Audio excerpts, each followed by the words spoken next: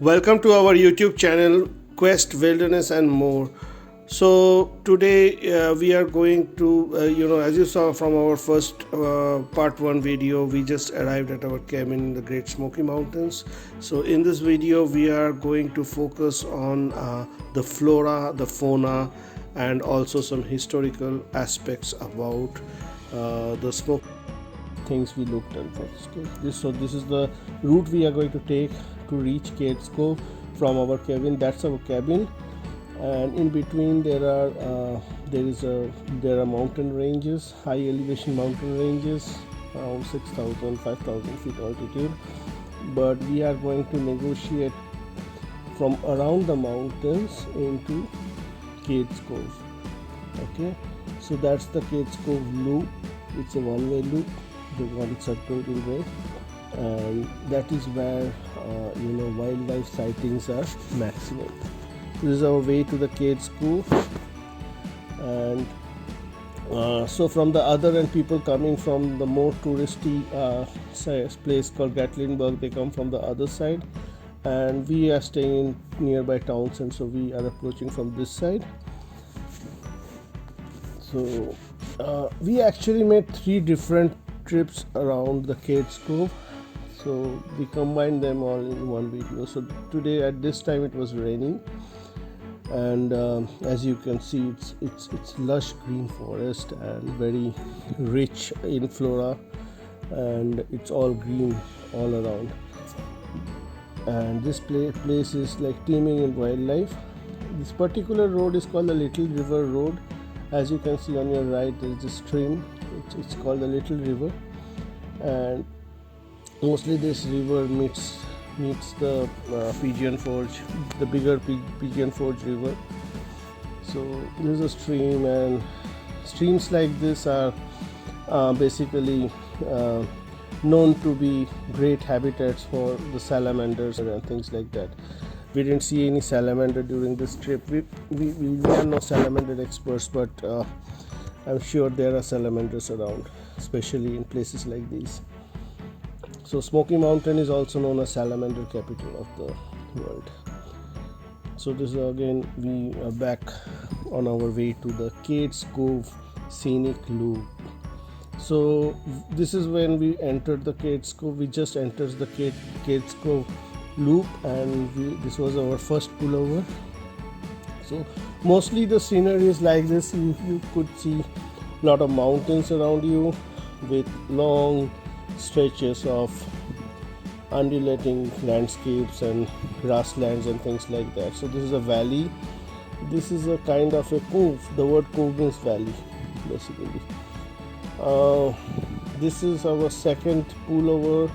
We stopped here just to take a look and admire an ancient Methodist church.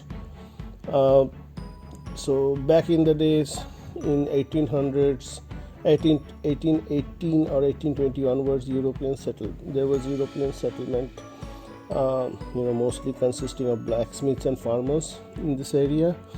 So they had few churches as well. So this is the Methodist church. It's pretty basic. It's still maintained as a historic site, and I'm talking about the 1800s, mostly after 1818. 1818 was a year when the first European settler. His name was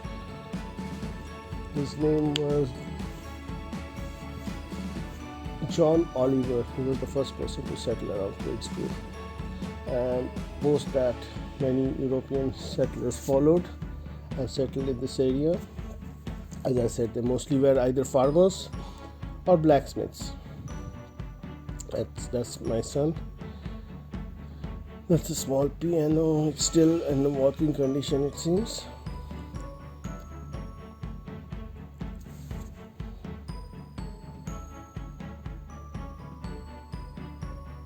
So this place has some historic significance, and there were, earlier before European Before Europeans came in, this used to be the land of the Cherokees. Cherokee was a Red Indian tribe and one of the Red Indian tribes, and they never settled here. They never had permanent settlement here, but they often used to pass by these places and they had temporary settlements here and there around this place. But it was only after Europeans came in they started having permanent settlements here. So just behind the church we have a cemetery. This is the church, and just from beside the church we found a negotiable trail sort of thing. We ventured in. It was not a well marked trail or something, designated trail, but we could spot some herd of white-tailed deer. So we ventured in to get closer and take some pictures. So I'm not sure, if this trail is up, how far we could go or something. We just went till we could see the deer up close a little bit.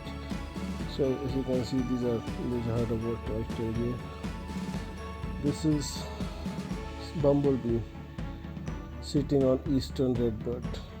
This is a general scenery of Cades Cove. This is a song sparrow, and there we have our first black bear sighting. We have a mama bear with her 3 cubs. This is a cub number 1, cub number 2. They were all mostly grazing, and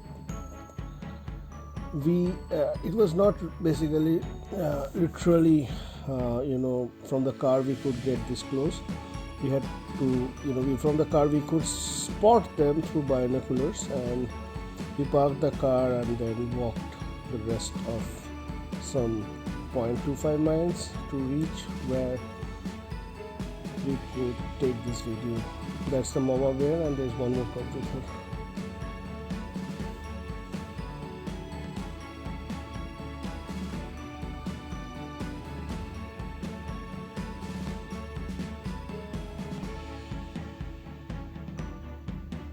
So the mama bear, at one point of time, she was angry at us, but we ensured to maintain 50 yards distance, so all went well. We didn't bother them, they didn't bother us. That's it. Just some angry faces exchanged. That's it.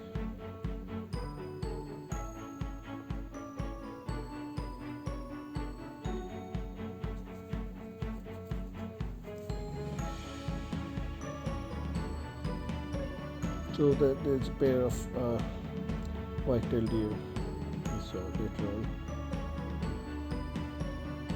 Mostly, wildlife sighting is easier in Cades Cove because of the open grasslands. There's no dense vegetation, that can conceal the wildlife. So it's easy to spot wildlife here. That's a northern cardinal. That's one of the homestays. That's a titmouse. It's a songbird. It's not a salamander. That's actually a lizard. It's a skink. It's basically those are wild turkeys, and mostly some flirting stuffs are going around. I think mostly a male is trying to flirt with a female and things like that is going around there. That's female turkey, and that's our male turkey. These are wild turkeys. They are wild animals, and you cannot get that close to them. They can be aggressive at times. This is one diversion from the loop, Cades Cove loop. It's within the Cades Cove loop, but it's a very mild diversion to one famous trail. It's called the ABRAMS Falls Trail. It was raining when we arrived there, and it was raining quite heavily. But still, we thought to check out the place, get out the car and check out the place a bit. Again, when you make ventures, like this, your chances of spotting wildlife increases, and eventually, later down in the video, you will see we were indeed rewarded with Great sightings of wildlife, rich flora and fauna. This is where you enter the place from the parking. There are some warning signs, what to do if you encounter a black bear. Yeah, as I told you earlier, you have to maintain a 50 yards distance, and that's about it. Usually they are 2 peaceful animals, but don't get too close. Pets are not allowed. That's obviously because of chances of encounter with wildlife. Not great for pets, A small pet can be an easy meal for a thing like a coyote or things like that. So there are coyotes. Eastern coyote is a common predator around here. So there are several trails actually, not just the ABRAMS here, but they all are around in and around this place. And remember the mama bear and the baby, the cubs. It was hardly half a mile from from where we are right now. So this is a prime. These are some of the flowers that bloom during this time of the year. Some warning about what to do when you encounter a black bear.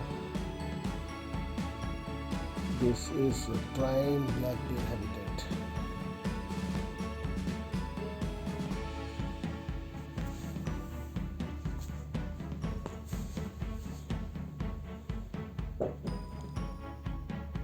So 2.5 miles trail to the Brown Falls. Some flowers that bloom during this time of the year. This is one of the trail we took, and just as we entered, as you can see, it's lush green forest, and obviously there should be wildlife around it. And as soon as we entered, we could right away spot a couple of white-tailed deer. So we could hear some songbirds, so I was trying to spot them, but couldn't. So there's one of the white-tailed deer we saw. It's just behind the bush. Keep looking at us.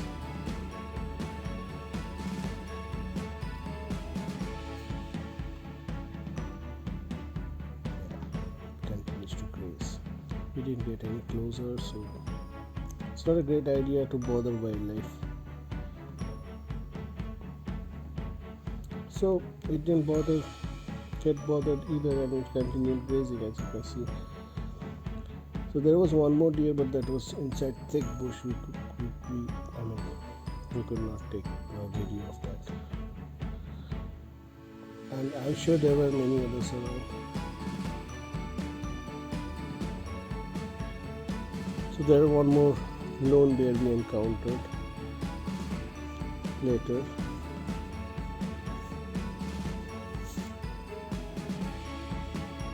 This is, just to give you a basic idea how a trail around here looks like.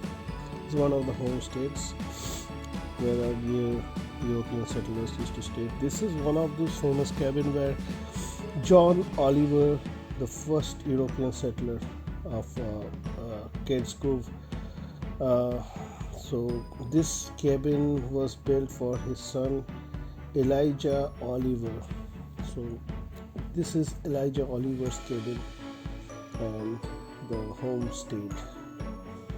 So this is how the earlier settlers used to stay. Very basic arrangement, and the structure is made out of wood. No nails are used here, mostly muds and things like that where you used to put the logs together. I'm not sure that the present structure is maintained without using nails. I'm not sure of that. Look, right in the middle of dense forest. Literally a cabin in the woods. So to get some idea of how the inside of the cabins look like, it's too dark. And there's a fireplace there, and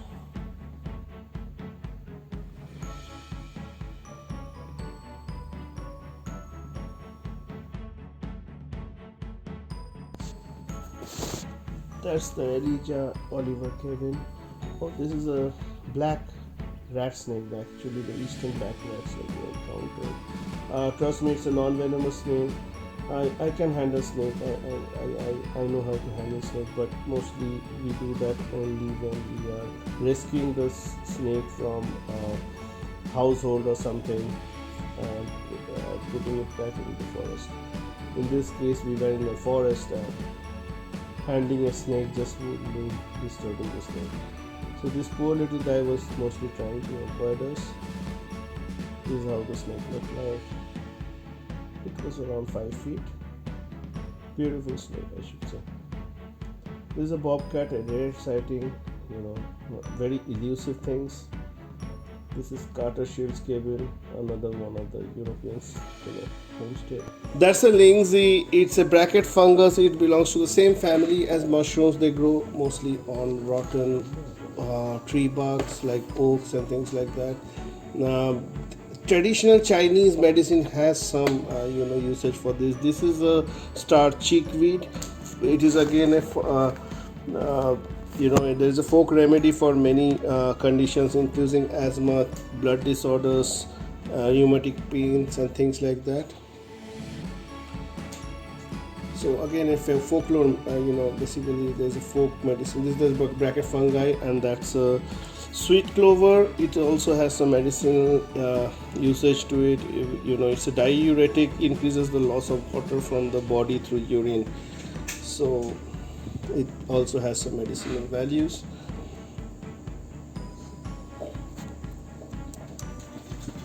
Those are conifer cones. Mostly, as they have ornamental values. That's a turkey vulture which was feeding on a carcass that was disgusting to videograph, so we didn't bother to take a video of the carcass. So that's a wild daisy. This is a tapioca slime mold. It's not, even though it's a mold, it's not, does not belong to the family of fungus. Slime mold is a different category altogether. Those are buttercup flowers. They also have some medicinal values. These are again some bracket fungus. This is how trail in the Smokies look like. That's a spider. It's called the Segestria florentina. It's a tube-dwelling spider, meaning they make tubular webs in tree branches. That is a reindeer moss. Okay, the native Indians used these lichens to make tea, some sort of herbal tea to treat diarrhea. It also is a cough supplement. So again, some medicinal values. That's a yellow TRILLIUM, pretty much native to this part of the world, the Smokies, Tennessee. And that is a bear corn, also has some medicinal values. Basically, it's used to treat the symptoms of menopause. For women who experience abdominal pain and things like that. So again, some medicinal values. Also bear feed on them. That's a purple finch, belonging to the same family as golden finch. That's a fire pink. Fire pink also has some medicinal values. They soothe nervous anxiety and they have some bacterial inhibition property. That's a crested iris. They are mostly a little bit poisonous and they only have ornamental values, no medicinal values as such. That's a wild geranium. So they are used to treat burns and hemorrhages. They were used by Native Americans for such purposes. That's the eastern bluebird. If you like contents like this, please like our video, share with your friends who may like contents like these, and please subscribe to our channel to get more regular updates.